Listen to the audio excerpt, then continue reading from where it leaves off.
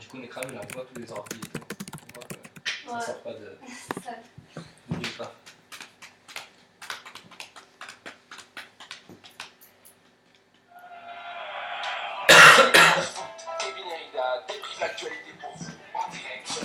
Bonsoir et bienvenue, pas sur Fréquence Foot, pas sur Fréquence K plutôt, mais en direct de Fréquence Foot.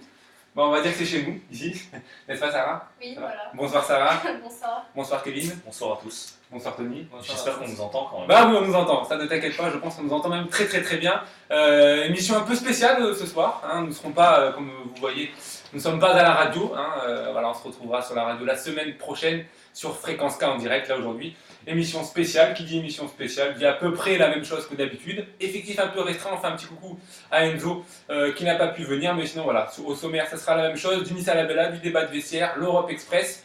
Et également la minute marseillaise, il y a des choses à dire, Tony. Hein. Oui, absolument. Il y a pas mal de choses à dire. C'est triste. Ouais, c'est triste, oui. Petit peu. Elle est déçue, c'est le Marseillais, c'est normal. Vous pouvez tous comprendre. En tout cas, on va commencer tout de suite avec la Nice à la Bella, bien évidemment. Comme nous sommes en direct vidéo, vous comprendrez. Il n'y a pas de jingle. Il n'y a pas de jingle, Kevin. Nice à la Bella. Merci, Kevin. Vous commencez. Voilà, on va commencer tout de suite cette émission par le Nice à la Bella. Et la première question, en tout cas, Montpellier donc, qui s'est imposé face à Nice la semaine dernière, 3 buts à 1. Montpellier qui est maintenant 13e, Nice 16e au classement. Nice qui reçoit Nancy, la lanterne rouge du championnat.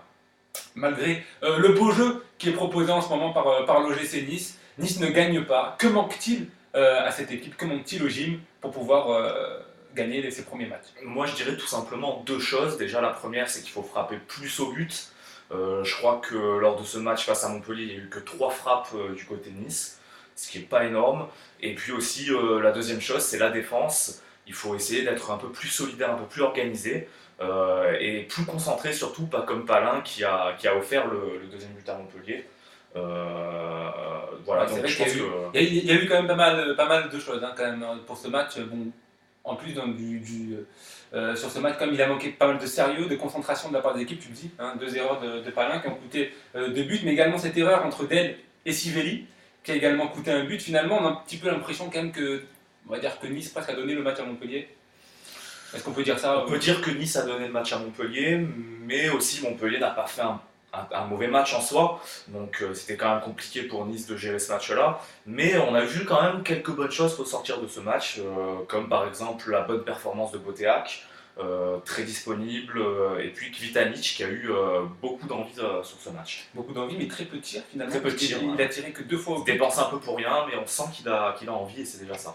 Mais un attaquant, normalement, il n'est pas censé quand même pouvoir tirer un peu plus quand on voit quand même que Sivelli a tiré autant de fois. Ah, moi je l'ai trouvé vraiment seul à la pointe de l'attaque. Il proposait pas vraiment de solution et en même temps il y avait trop d'espace entre le milieu de terrain et lui. À mon avis, il y a des choses à revoir dans l'organisation offensive en tout cas. Pas mal de choses à revoir. Quand même, il faut dire que au niveau des tirs, hein, je vais revenir là-dessus, il n'y a pas moins de 7 tireurs du côté de l'OGC Nice, dont 3 joueurs à vocation défensive, alors que du côté de Montpellier, il n'y en a eu que 5. Et les 5 sont des joueurs à vocation offensive hein, quand même. Donc on voit la petite différence, on a l'impression un petit peu que voilà, du côté de l'OGC Nice, c'est un petit peu tout le monde tente, c'est un petit peu à l'emporte-pièce par moment. Peut-être que c'est pas concentré sur un seul joueur, en l'occurrence Vitanis qui est quand même le seul attaquant pointe de l'équipe. Est-ce que ça peut poser problème? Déjà je suis d'accord avec toi sur ce que tu dis là, mais je pense que ça va poser problème à un moment donné. Mais quand même je pense qu'il ne faut pas s'affoler plus que ça du côté de l'OGC Nice, parce que c'est le début de saison et parce que je sens que l'équipe peut faire quelque chose. Voilà. Il y a aussi un autre point qui est important, beaucoup de pertes de balles, en moyenne 12 ballons perdus par joueur.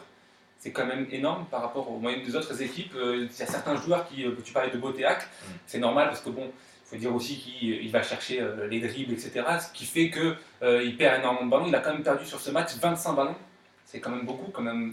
Quand on veut apporter du jeu, etc., c'est quand même énorme. Non, mais c'est là qu'on se rend compte en fait que Nice a un jeu brouillon, voilà, c'est pas encore au point. Il va falloir attendre un petit peu, mais il y a quelques étincelles, quelquefois qui surgissent comme ça, et on voit un Nice qui joue bien, qui pose le jeu, qui réfléchit. Mais c'est vrai que la majorité du temps, c'est du cafouillage, c'est des mauvaises passes. Voilà, c'est vrai qu'il y a des choses à régler. Un autre point, un autre point, c'est le match qui est à venir face à Nancy, la lanterne rouge. On dit souvent que l'OGC Nice est le spécialiste pour relancer les équipes un petit peu en difficulté. Nancy fait figure voilà, c'est équipe en difficulté qui a beaucoup de mal à gagner des matchs, sont actuellement lanterne rouge. Est-ce que vraiment Nancy peut réellement inquiéter l'OGC Nice, surtout à domicile? Non, je pense pas que Nancy puisse inquiéter l'OGC Nice, surtout que Nancy est dernier du championnat, n'a marqué que 3 buts. C'est ça. Donc offensivement, c'est pas terrible du tout. C'est une équipe inoffensive. 9 matchs sans victoire du côté de Nancy, je vois pas ce qui pourrait cette fois les emmener à la victoire. Surtout que Nice a fait un plutôt bon match en Coupe de la Ligue. Donc il n'y a pas de raison qu'ils ratent ce match-là. Ils ont pris qu'un point à l'extérieur sur 12 possibles Nancy, donc c'est vraiment très peu. Et ils restent sur 3 défaites à la suite à l'extérieur. Ils ont déjà perdu 7 fois cette saison pour 2 nuls et une seule victoire. Et Nancy n'a plus gagné depuis le 11 août. 11 août, ça fait pas mal de temps. C'est loin, hein. C'était encore l'été, il faisait beau, on profitait du soleil, Sarah bronzait, on était là tranquille, hein. Et là voilà, maintenant on est en pull, etc. Il fait très froid, il pleut. Ils n'ont pas fini leurs vacances apparemment. Voilà, c'est ça, exactement. Ils sont toujours en vacances. Ils ont quand même des joueurs quand même qui peuvent être quand même importants, capables de poser des problèmes à l'OGC Nice par leur vivacité, leur percussion, comme Molo, déjà un but et 2 passes décisives, Mukanjo ou encore Bakar. Le seul buteur à l'extérieur, justement, Bakar contre Lille. C'est plutôt un bon joueur. Voilà, plutôt un bon joueur. Est-ce que ces joueurs-là peuvent quand même déstabiliser une défense qui prend quand même beaucoup de buts à domicile? Il va pas, enfin, il faut pas croire que ça va être facile, ça c'est certain. Il faut que l'OGC Nice reste concentré sur son match, mais voilà, je vois pas quand même ce qui peut faire que Nancy va gagner contre Nice alors que Nancy a perdu tous ses derniers matchs. Ça va être compliqué. À moins qu'il y ait un déclic, hein, tout peut se passer dans le football, et justement c'est pour ça qu'il faut regarder ce match, même si Nice-Nancy ça peut pas trop rêver quand même. Ouais, non. Voilà. Bah, le déclic, on en a eu un hier en Coupe de la Ligue. Ouais, ce Nice-Lyon très beau, enfin 20 minutes très belles en tout cas. L'OGC Nice a marqué, enfin tous les buts ont eu lieu en première mi-temps, donc Nice s'est imposé 3-1. Montpellier-Nice en quart de finale, après le bon résultat face à Lyon, donc, qui était quand même finaliste en 2012. Est-ce qu'on peut citer un petit peu quand même l'OGC Nice comme un candidat sérieux à la victoire finale? Ça peut être possible. Ouais. Tout est possible, ouais, on peut dire. Je crois pas. Non, je ne crois pas. Kevin? Non, c'est possible. Il y a beaucoup de clubs qui sont habitués à la Ligue qui sont éliminés. Nous, oui. l'OM, Lyon, quand on était les 2 finalistes, on s'est fait éliminer dès les 8e. C'est relancé, quoi. Le tableau quand même n'est pas facile, hein, mais c'est quand même abordable. Il reste Montpellier, Rennes 3, Saint-Etienne, Paris, Bastia, Auxerre et Lille. C'est quand même possible. Ouais, il y a quand même des gros devant comme Saint-Etienne, Paris, Rennes. C'est compliqué. Ouais. Même d'ailleurs Montpellier, voilà, ils viennent de perdre le match 3-1. Ça montre que ça va pas être facile du tout.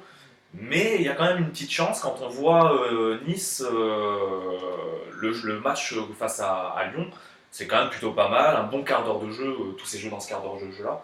Mais il y avait du potentiel, on a vu quand même quelques belles actions. Vitanic encore qui est présent, qui a envie, qui se montre présent. Tout est possible. Tout est possible. Mais cas, ça va être compliqué. Ça va être très compliqué. Donc ce sera le 28 novembre, hein, normalement, juste avant de recevoir le PSG. Ouais. Voilà, le PSG qui recevront le premier ou le deuxième. Apparemment, Paris est le mieux placé pour aller empocher cette Coupe de la Ligue. Ça a l'air d'être un petit peu pour eux. Ouais, en tout cas, l'arbitre nous a pas montré l'inverse. Mais justement, la transition est toute trouvée. On va passer à la minute marseillaise de Tony. Tony, il y a des choses à dire du côté de l'Olympique de Marseille. Oui. Outre la défaite, je vois les images face à Mönchengladbach, il y a également cette défaite face au PSG. Oui, je pense d'abord par la défaite contre Mönchengladbach. Ouais, ça a été un match assez difficile, on les a laissés relativement jouer. Enfin, pour ma part, je pense qu'on a laissé l'espace, ils avaient l'espace et au début ils avaient du mal à percer, mais à force d'avoir l'espace, c'est quand même au bout d'un moment rentré. Malgré qu'on ait gardé une possession relativement à nous, il y avait 75-80%. Ils ont marqué la dernière seconde, c'est ça? Oui, ils ont marqué 33e de Daens et après Mlapa avec la 67e.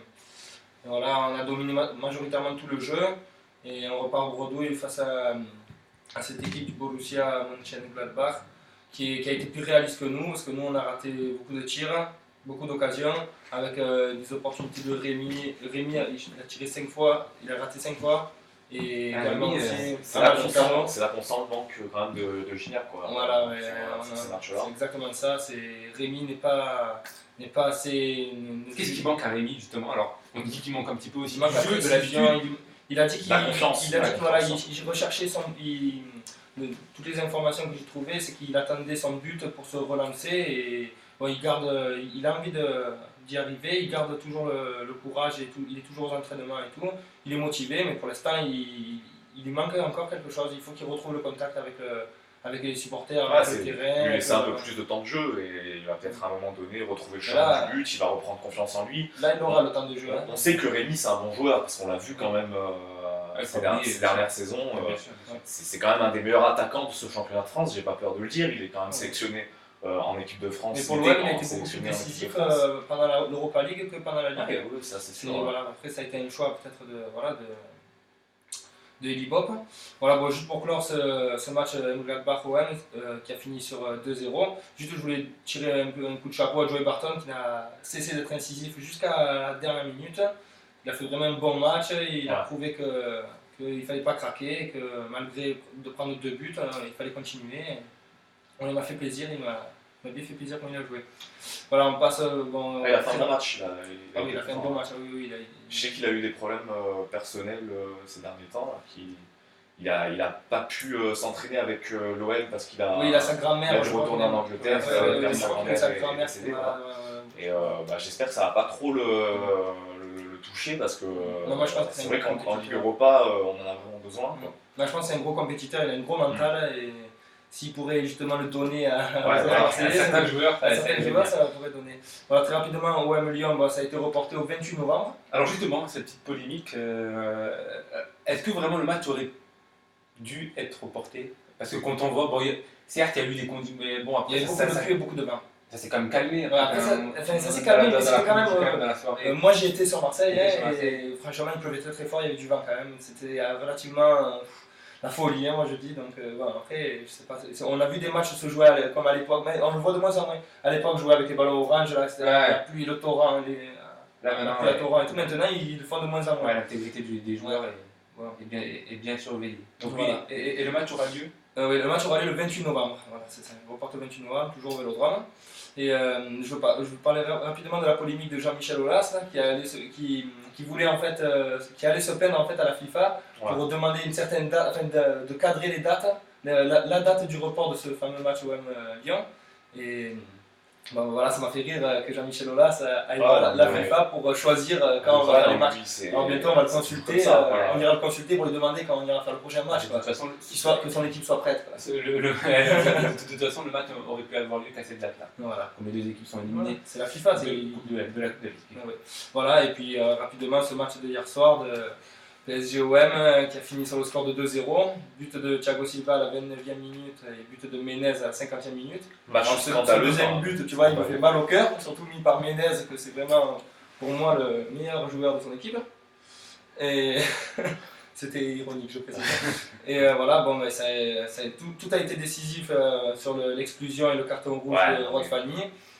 Une faute qui est justifiée certes, mais qui, d'après le code de l'arbitrage, toute la polémique qu'il y a eu n'était pas méritée. Puis surtout, la faute est en dehors de la surface de la réparation. C'est peut-être pas là-dessus qu'il peut y avoir polémique, parce que à vitesse réelle, c'est difficile de voir que c'est compliqué. C'est compliqué. Mais par contre, le rouge, est-ce que vraiment il y a. Voilà, le rouge là par contre il tue le match.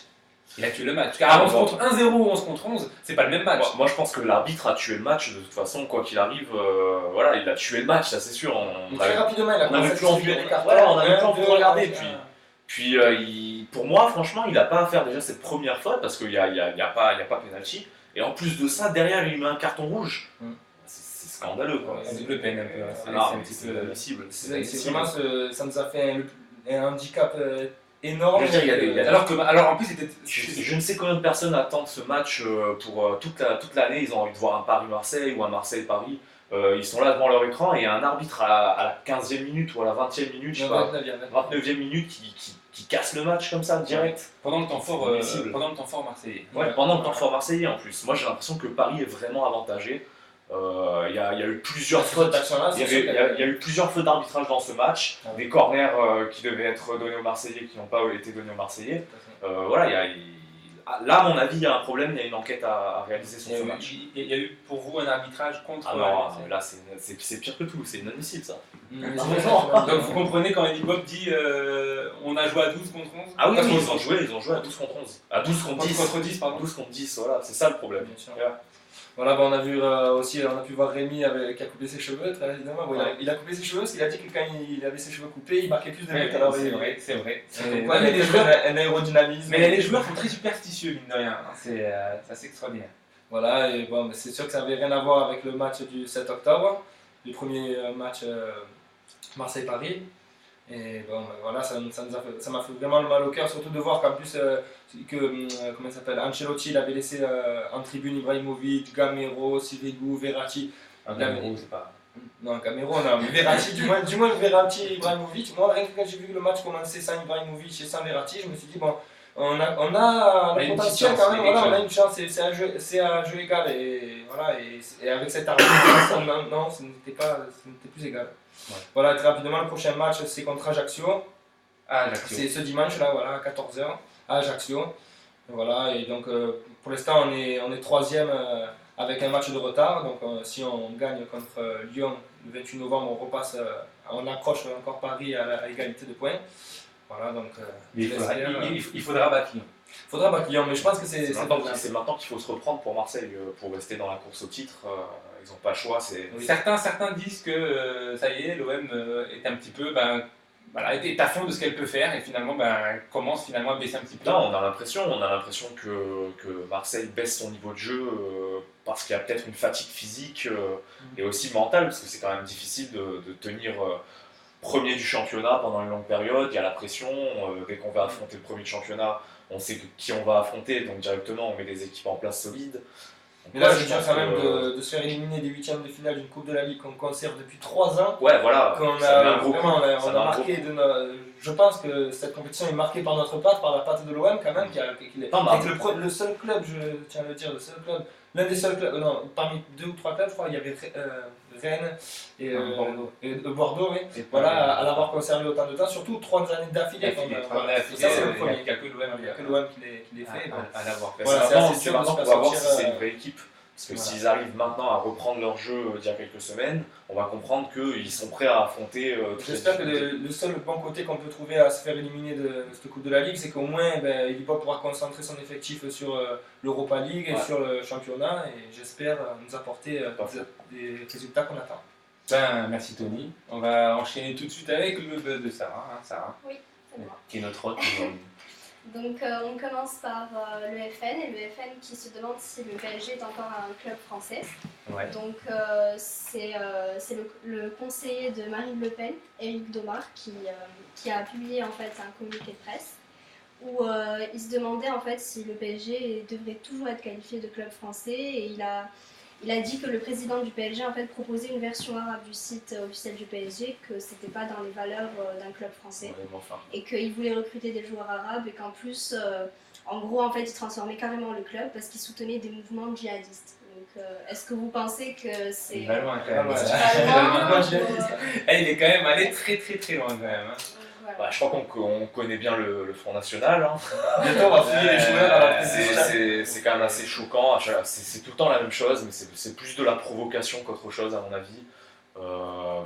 Voilà, c'est ridicule d'entendre de tels propos. Même si je ne suis pas tout à fait pour le club parisien. Moi, j'aime pas trop qu'il y ait un gros en fait, dans le championnat qui domine tout le monde, et mais plus que par le jeu, c'est surtout par l'argent d'abord mais en aucun cas je n'aime pas ça parce que je suis raciste comme le Front National l'est.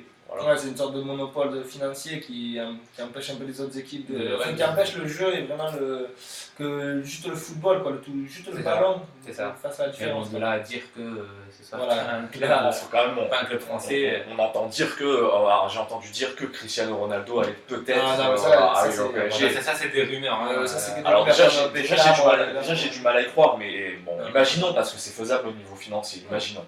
Voilà, Cristiano Ronaldo qui arriverait avec un Ibrahimovic devant, le championnat, plus personne ne va le jouer, que ce soit Marseille, Lyon ou Saint-Etienne, c'est pas Aubameyang quand même qui va aller... Non, c'est vrai que ça risque d'être compliqué, effectivement.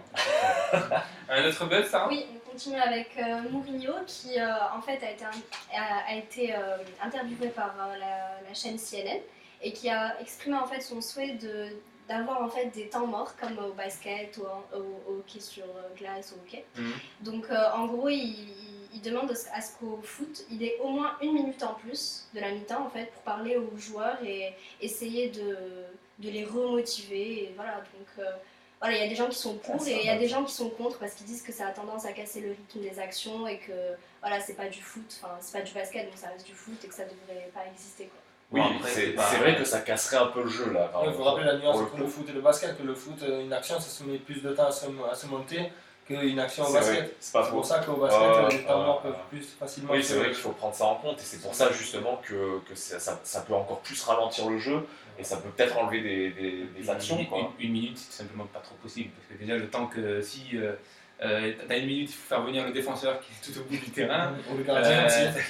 Le temps qu'il arrive, 30 secondes déjà. Mais il faut avouer que ça donnerait une autre dimension quand même. Ça donnerait une autre Moi, je dimension. sais que c'est possible parce que c'est Mourinho et que voilà, il a un peu d'influence et tout dans le milieu du foot. Et je sais pas, ça peut aboutir. Imagine c'est la 85e minute, je sais pas, il y a 1-0, finale de Coupe du Monde, il y a 1-0. Au niveau du coaching, c'est la 88e minute. Allez hop, l'entraîneur décide de faire un temps mort. Et voilà, là, ça peut changer quelque chose sur une fin de match. Bien sûr. Ah non, mais au niveau du coaching, par contre, ça va vraiment faire évoluer le coaching, quoi. Ça va. C'était une supposition, ça va pas être mis en place, bien sûr. Non, je pense pas. Enfin, ça peut-être. risque d'être difficile. Dans quelques années.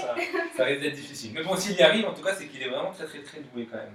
On verra bien. Un autre buzz, ça va? Non, après. Pas pour l'instant. Non, après, d'accord. Donc voilà. Donc ça va décider de faire comme elle avait envie. Donc on va tout de suite enchaîner par le débat de vestiaire et la Coupe de la Ligue. Donc tirage au sort des quarts de finale ont eu lieu hier après le fantastique match PSG-OM.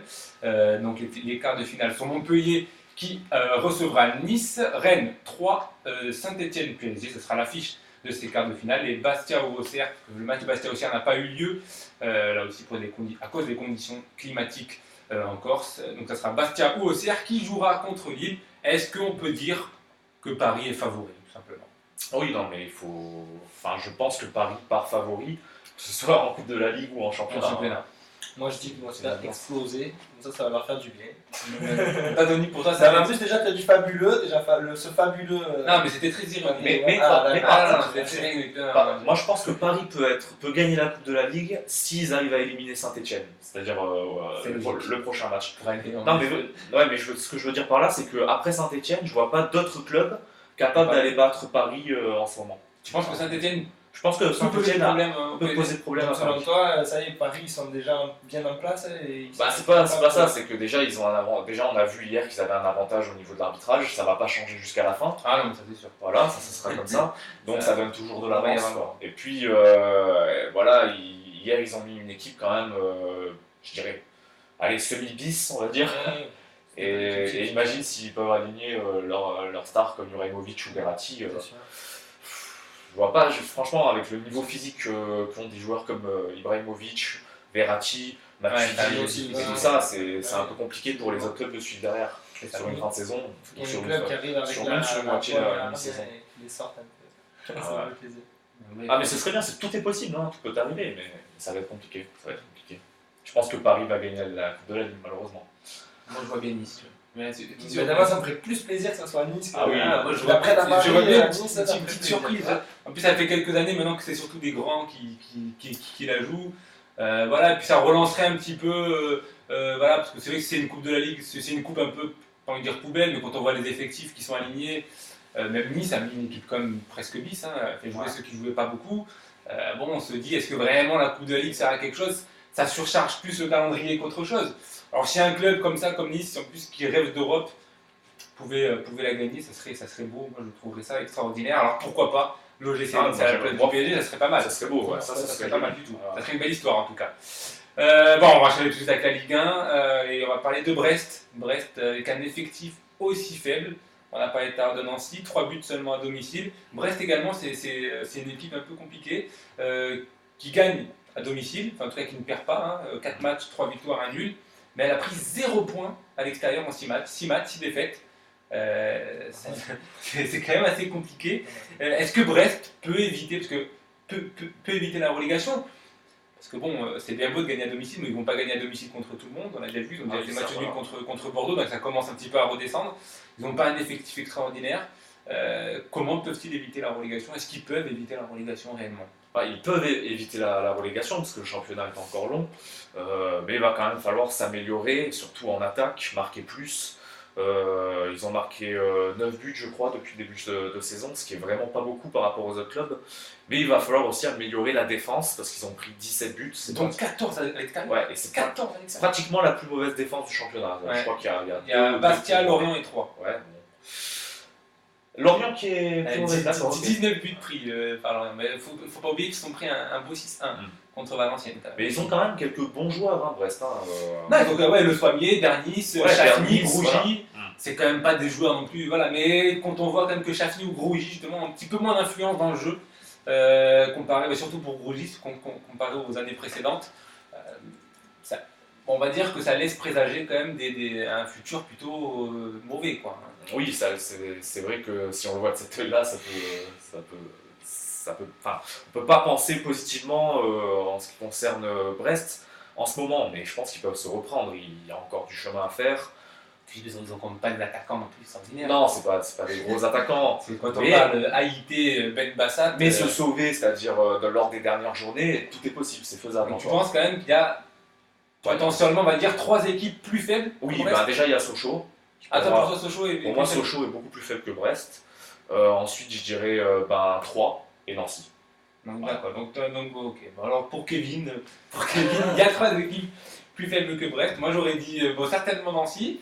Alors après, je suis moins d'accord avec toi que 3. En tout cas, 3, ce qu'ils nous ont montré, et contre Marseille et contre Monaco en Coupe de la Ligue, c'est quand même une équipe qui est intéressante. Ça tiendra pas, ça. On disait ça l'an dernier d'Ajaccio aussi. Non, ça ne tiendra pas, ça ne tiendra pas. Finalement, ça fait plus que tenir, parce qu'ils se sont sauvés et cette année, ils sont quand même pas trop mal non plus. Donc on verra bien en tout cas ce que. On verra. Au fil de la saison, on va suivre ça. Tu vois, alors comme ça au moins voilà, c'est notre petit fil rouge au cours de l'année, l'évolution de Brest. Toute l'actualité sur les losers de la Ligue 1. Les losers de la Ligue 1. Non, mais ça va être quand même, ça va être intéressant de suivre ça parce que moi je pense pas qu'il y ait 3 équipes beaucoup plus faible que Brest, qui est quand même une équipe sacrément bon. Ouais, bon, si ça, mais on va passer à autre chose, mais moi je suis. Non, peut-être pas Sochaux quand même, ça a abusé.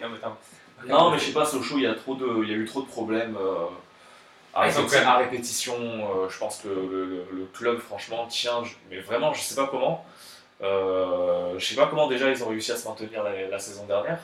Parce que bon, ils avaient un bon effectif, mais ça allait pas du tout. Il y avait des joueurs indisciplinés, un entraîneur qui avait un peu l'air déboussolé, un peu perdu.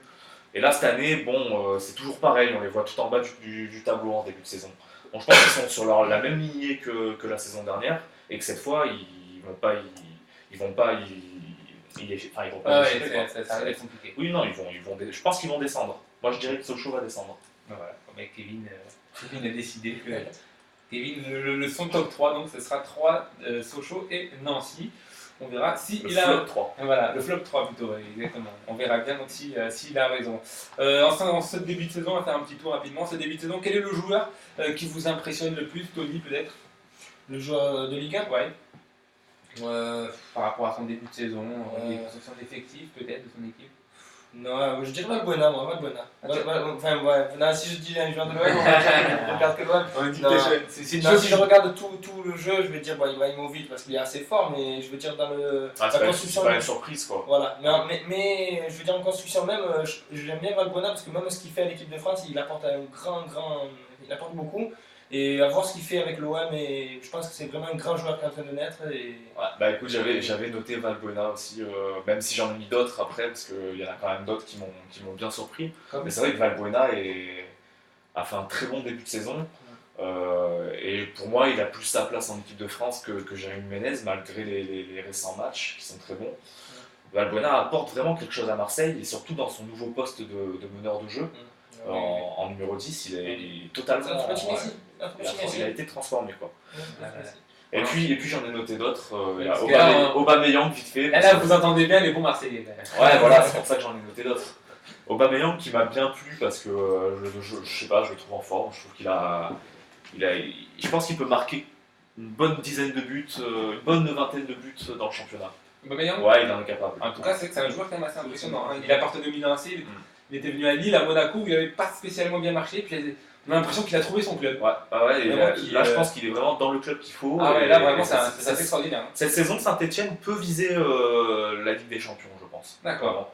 Et un dernier qui joue à Lorient, c'est Ali Adjer, qui m'a bien étonné aussi par rapport à l'année dernière. Moi, je pensais quand même qu'il y en ait un des deux qui citerait peut-être Le Talec. Oui, aussi, qui a fait un très bon début de saison.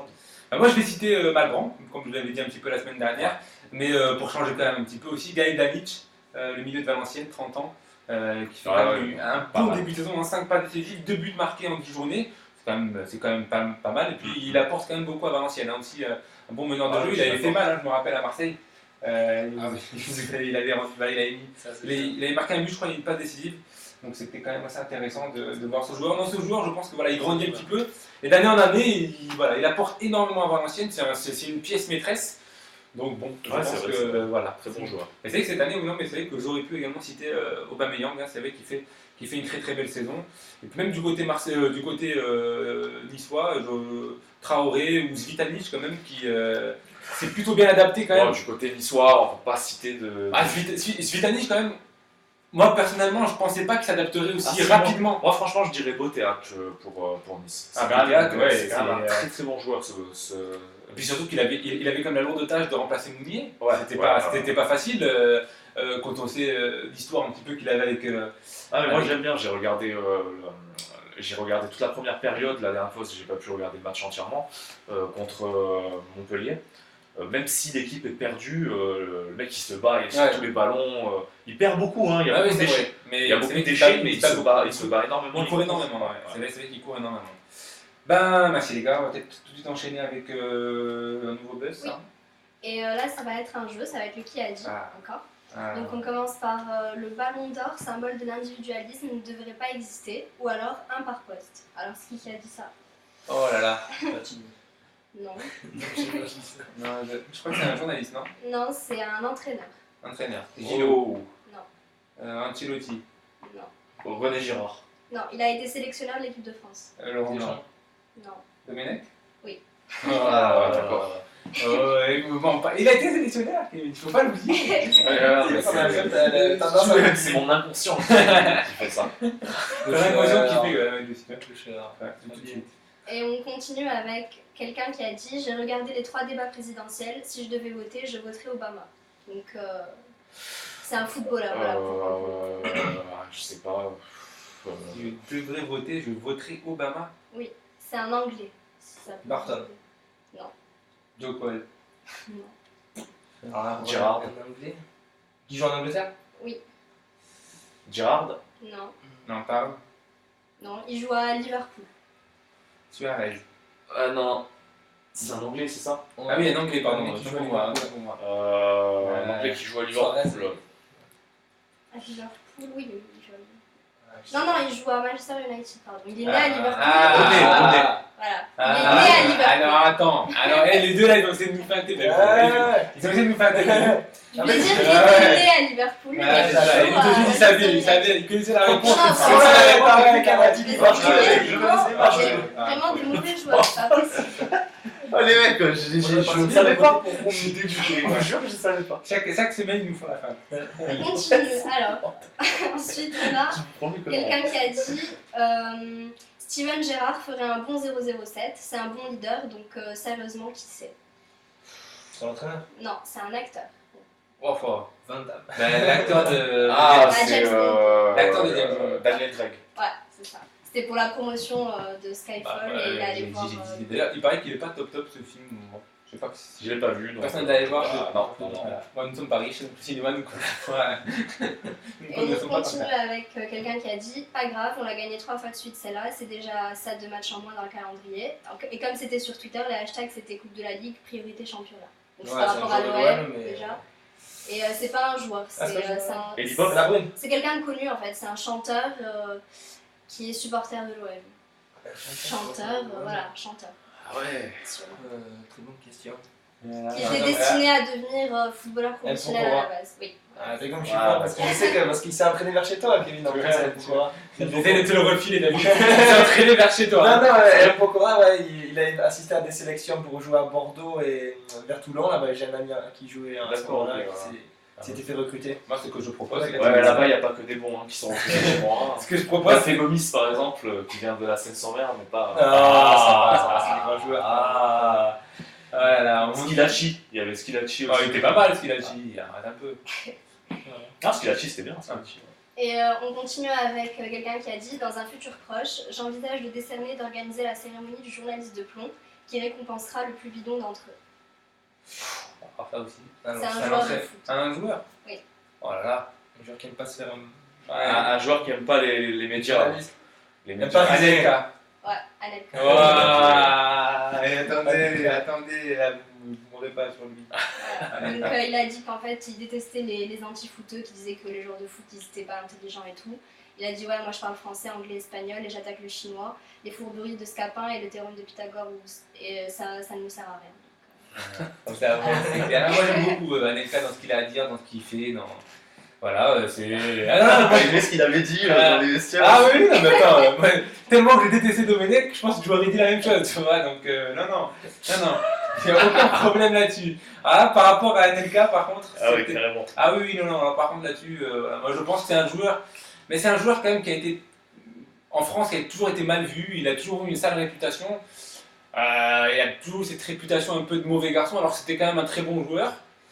On n'a peut-être pas su l'utiliser comme il faut quand on voit les saisons qu'il faisait à Chelsea, les saisons qu'il avait fait à Fenerbahçe. Ouais, bon après il ne faut pas confondre aussi le joueur et le personnage. Ouais, mais le problème c'est qu'on le connaît pas vraiment. Voilà, mais le problème c'est qu'en France on a un petit peu, enfin les journalistes français ont un petit peu tout confondu et on l'a un petit peu vendu comme le mauvais garçon, alors que je pense pas que, faut pas non plus abuser, c'est pas non plus un diable le type quand même. Puis bon, voilà, parler de son intelligence, je trouve ça un petit peu petit et bas.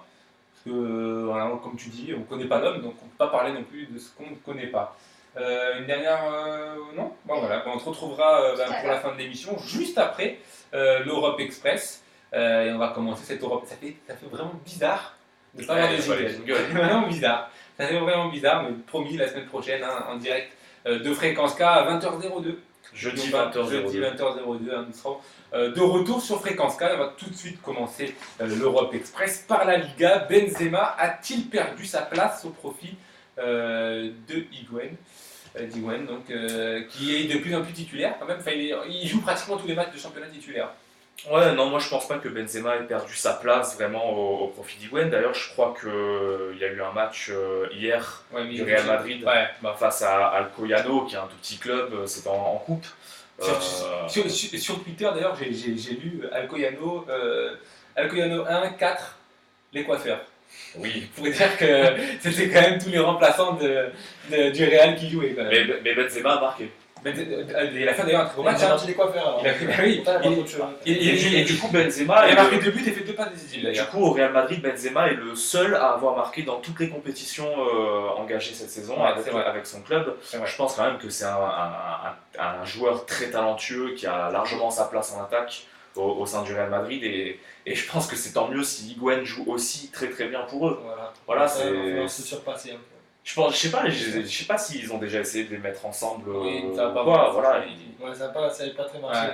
Mais bon, quoi qu'il arrive, il y a des compétitions qui sont nombreuses et du coup il faut les deux joueurs, il faut que les deux soient là, les deux vont jouer. Et quand on voit également que Higuaín fonctionne très très bien avec l'équipe d'Argentine, en 11 matchs il a marqué à 7 reprises il me semble, alors que même nombre de matchs pour Benzema, seulement 2 buts. Est-ce que ça ça peut jouer dans la tête de Mourinho? Est-ce que ça peut compter finalement? Oui, ça peut compter. Il y a ça, et puis il y a aussi le fait que Cristiano Ronaldo s'entende bien avec Higuaín. Je veux dire, sur le terrain, c'est fluide entre les deux. Il y a une belle complicité entre ces deux joueurs, et du coup, Benzema, c'est ça le risque pour Benzema au final, c'est que. Il y a une belle complicité avec Cristiano Ronaldo. Celui qui aura la plus belle complicité avec Cristiano Ronaldo sera titulaire à la pointe de l'attaque. Bah, ils s'entendent bien quand même.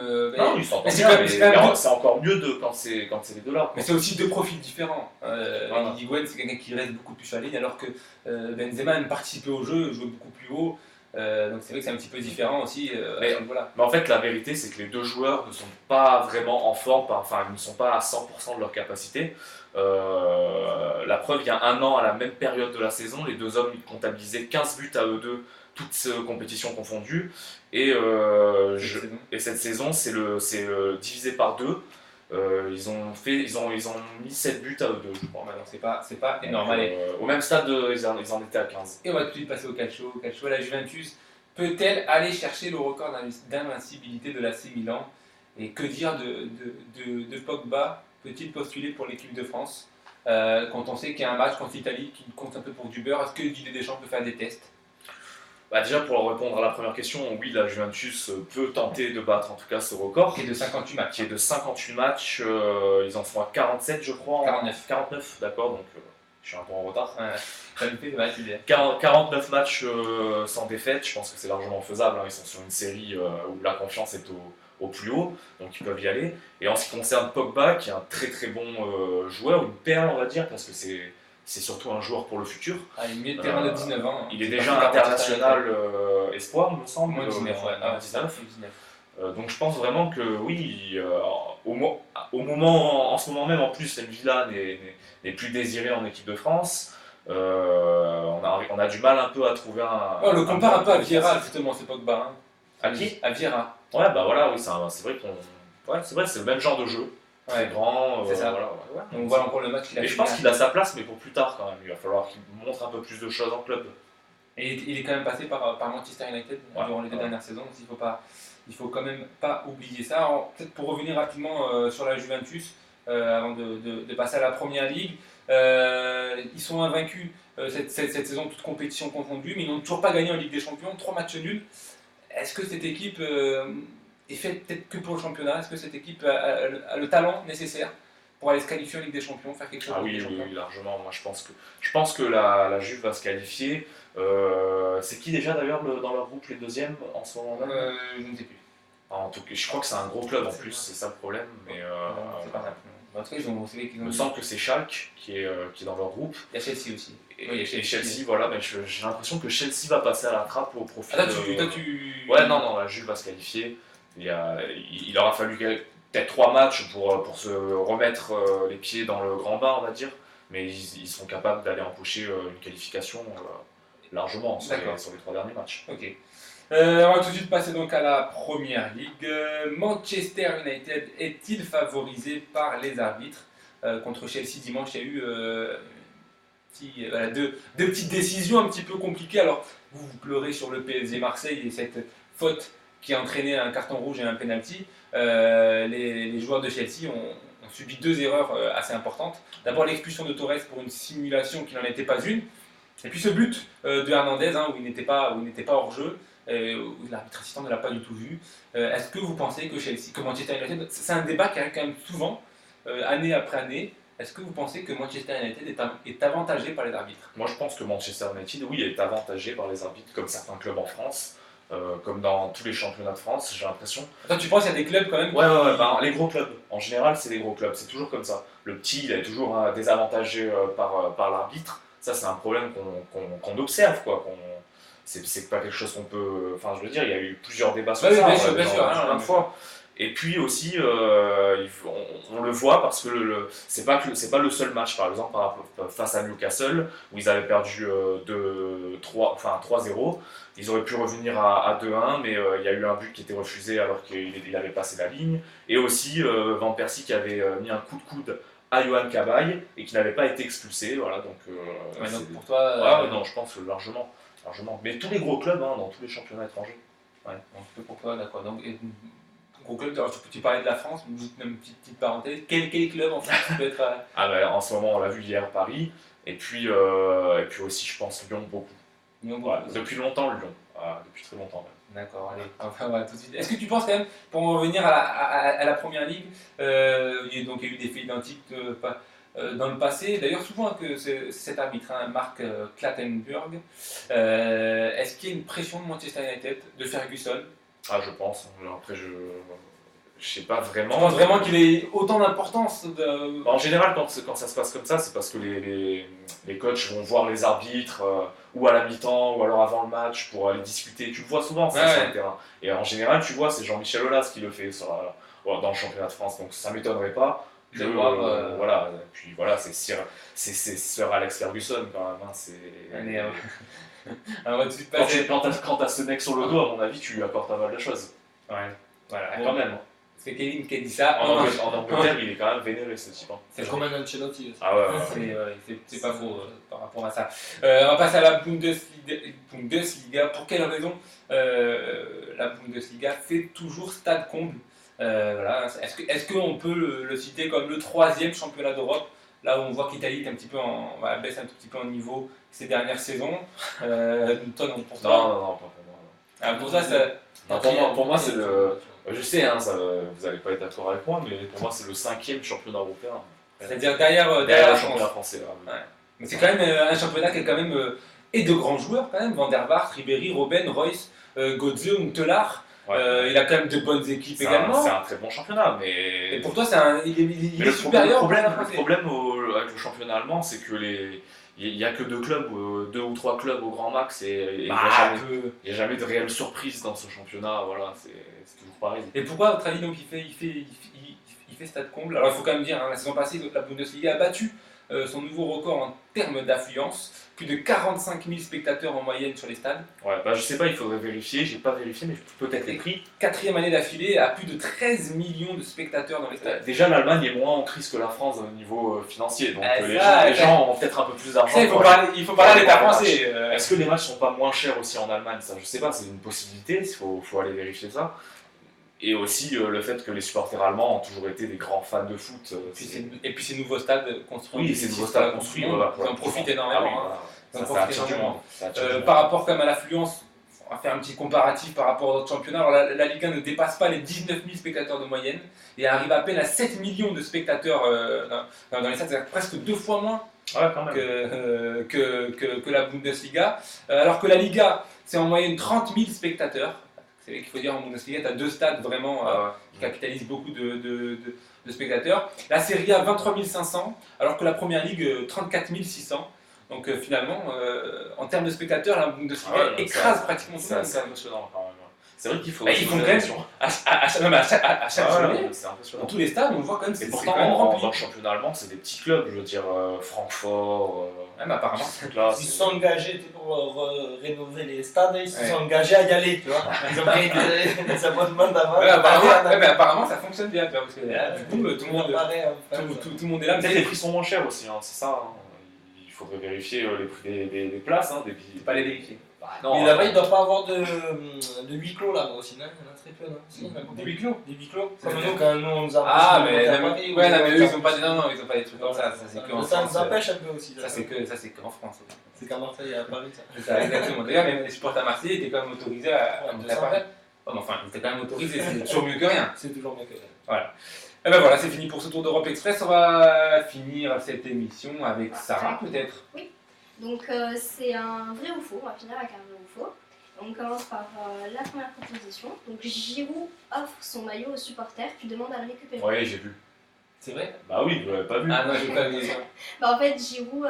C'est juste pour l'image en fait, pour les images. Il jette le maillot. C'était pas... Le problème, si je me rappelle bien, c'est qu'il a cru que c'était comme ils avaient égalisé 4-4. Voilà, c'était à la fin du match. Il a cru en fait que c'était la fin du match, qu'ils allaient rejouer le match. Voilà, c'est ça. Tu vois? Ce que je veux dire. En fait, ils se Ah, préparaient d'accord, pour les ok. Alors qu'en fait, il y prolongations. avait les prolongations juste après. C'est en FA Cup que les matchs sont à rejouer, Ouais, pas en Coupe voilà. de la Ligue Lui, anglaise. il a cru que c'était que Et les c'est pas matchs le étaient seul, il y à a Francis Coquelin qui a fait Il y en a pareil. deux, ouais. Ils Je savais qu'il y avait étaient Giroud. deux à le faire et ils Deux Français. étaient contents et tout, ils ont donné leur. Ils sont allés les ils sont allés récupérer. Hein. récupérer. Et après, je me demande s'ils sont allés les redonner à la fin du match aux supporters qu'ils avaient. Ouais, il leur a dit, Ça, les ça, gars, je te le ramène. Tu ne le fais pas, ça. Ça, je ne sais pas. Tu n'as pas bien fait ton travail. Non, mais je pense qu'on ne saura jamais. Hein. Sincèrement, je pense qu'on ne saura jamais. Non, ça, c'est vrai que ça va être un peu compliqué. Imagine la personne qui a réussi à attraper le Ah, ballon, elle dit ouais. non, je dois Il doit être dégoûté peux quand pas même. jouer, alors. Il devait être Ah, mais tu le voyais, il avait le bras tendu Ah comme ouais, ça dans il les était tribunes. content. Allez, donne-le-moi s'il te plaît. Il voulait rejouer le mec. s'il te plaît.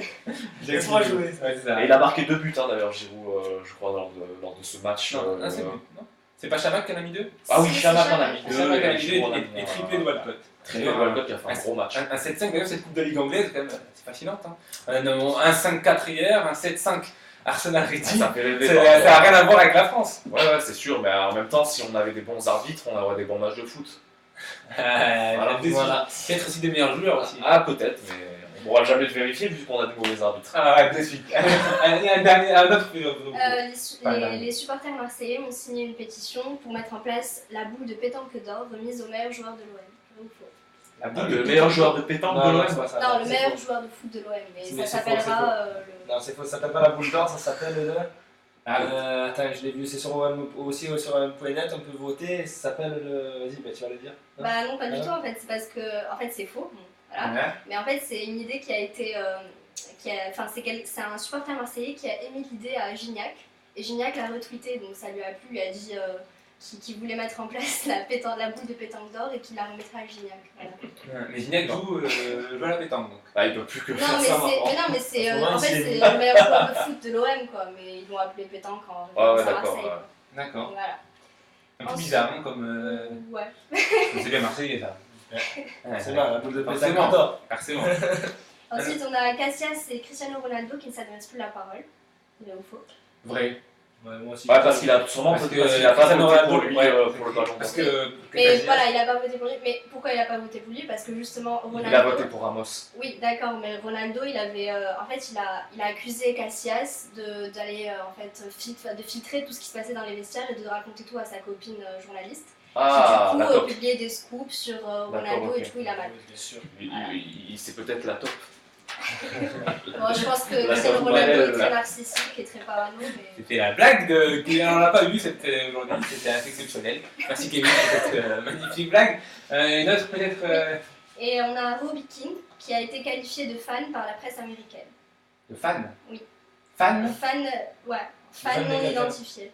Ils l'ont pas reconnu et ils ont dit que c'est... Enfin, Ah d'accord, fan, ils ont dit que c'était un c'était spectateur. un fan, un D'accord. spectateur. Ils l'ont pas reconnu. Comment il en fait. s'appelle Bah, Robbie Keane. Ah, c'est faux. Non, je pense pas. Non, c'est vrai. C'est vrai? En fait, ils étaient, Ça, c'est surprenant, ils étaient ça. avec Le David pauvre. Beckham et ils sont allés en fait regarder le match des Lakers. Ils ont dit Et, que Robbie Keane oui, voilà, en fait, ils ont Oh. rencontré Russell Brand. Donc, du coup, ils ont pris une photo David Beckham, Russell Brand et Robbie Keane. Robbie Keane. Et du coup, quand ça a été publié, il y avait écrit David Beckham, Russell Brand et un fan non identifié. Non, Non, ça, c'est quand même- Voilà. il s'est pas fait Et reconnaître. là, le journaliste, Alors, il a gagné sa voilà. journée. Là, le journaliste, Bravo, il a c'est recherche. Félicitations. Et Et on Robbie Keane. finit avec. Et Robbie Keane, il a pris comment? Il a pas trop Il bien s'est pris, hein, suicidé. parce qu'il s'est dit bon, Beckham et Russell Brand sont connus et pas moi. Alors bon. Voilà, Non, c'est dommage. C'est dommage. Tant pis. On finit avec une nouvelle télé-réalité Ouais. qui s'appellera Play with the Stars, qui a commencé en Angleterre et où les joueurs pros en fait vont jouer avec des stars dans leur équipe, vont intégrer des stars et voilà, il y aura ce sera un tournoi et il y aura une seule équipe qui gagnera. Sur quelle chaîne? C'est en Angleterre. Comme c'est un gros mytho, ça. C'est Non, en je Angleterre. faux. N'importe quoi. Un vrai. Ah non, c'est pas. C'est en Angleterre qu'elle ça. Play with the Stars. Non, alors. C'est vraiment n'importe quoi. Non, c'est faux. C'est pas- faux? Non. C'est dommage, ça aurait été bien. Voilà, ouais, ça aurait été un bon coup. Mais pourquoi t'es en Angleterre, ça te. Ouais. Ça se voyait qu'elle mentait. Bah, c'est pas en France, ça, Play c'est with vrai. the stars. Danse avec les stars. Elle a la meilleure C'était accent. crédible. C'était crédible. Moi, j'ai trouvé ça crédible. Franchement, Moi, je suis tombé dans le panneau. moi. Et il y avait eu Beckham, machin, etc. Il y avait... Vrai ou faux, Steve Malbranck a un lien de parenté avec Mac Brandt. Ah non, alors, non, déçu. Elle est plus dit. Non, mais alors, ouais, Il a débordé là. il se fout de la gueule de ta chronique. Ça, maintenant, voilà. Il se fout de la gueule de ta chronique. Merci Kevin. Moi, chez moi, on dit que les Anglais sont capables de tout. Alors, C'est pour ça c'est que pour si ça, en moi aussi, Angleterre, voilà. c'est pas une critique. Bah, ça aurait été intéressant, en plus. Peut-être pas avec les stars, mais avec des inconnus. Ça aurait été. play with the star. Venez jouer avec moi au football, il n'y a pas de souci. Hein. Comme vous voulez. Hein. C'est fini. Oui. Comment Voilà. Pour aujourd'hui, bien sûr. Ben, nous, on se retrouvera jeudi, Kevin. On se retrouve jeudi, 20h, 21h sur Fréquence K 103.4 FM Ou fréquencek.net. ou fréquencek.net. Puis N'hésitez n'hésitez pas à nous suivre, à nous écouter et à nous envoyer des messages si vous avez envie qu'on change des trucs ou qu'on nous brûle. Si vous n'êtes pas content, on est là pour débattre. C'est bien ça le but de l'émission. Donc, bien évidemment, si vous avez des suggestions ou quoi que ce soit, n'hésitez pas. Hein, Facebook, Fréquence Foot. Le Fréquence Foot de Facebook ou le Twitter également de Fréquence Foot et également le blog fréquencefootlechaud.wordpress.com si je ne me trompe pas. C'est bien ça. Merci Sarah Bah, de rien. de Merci nous à vous. avoir accueillis. Bonsoir. Bonsoir Tony. Alors tout de suite, Salut, Ballon, Nissa la Bella. On commence tout dès le début. Il est fatigué, ça Merci Tony. Merci à toi, merci. Et merci Kevin. Et nous on se retrouve donc la semaine prochaine pour un nouveau Fréquence Foot. Il n'y a personne qui nous...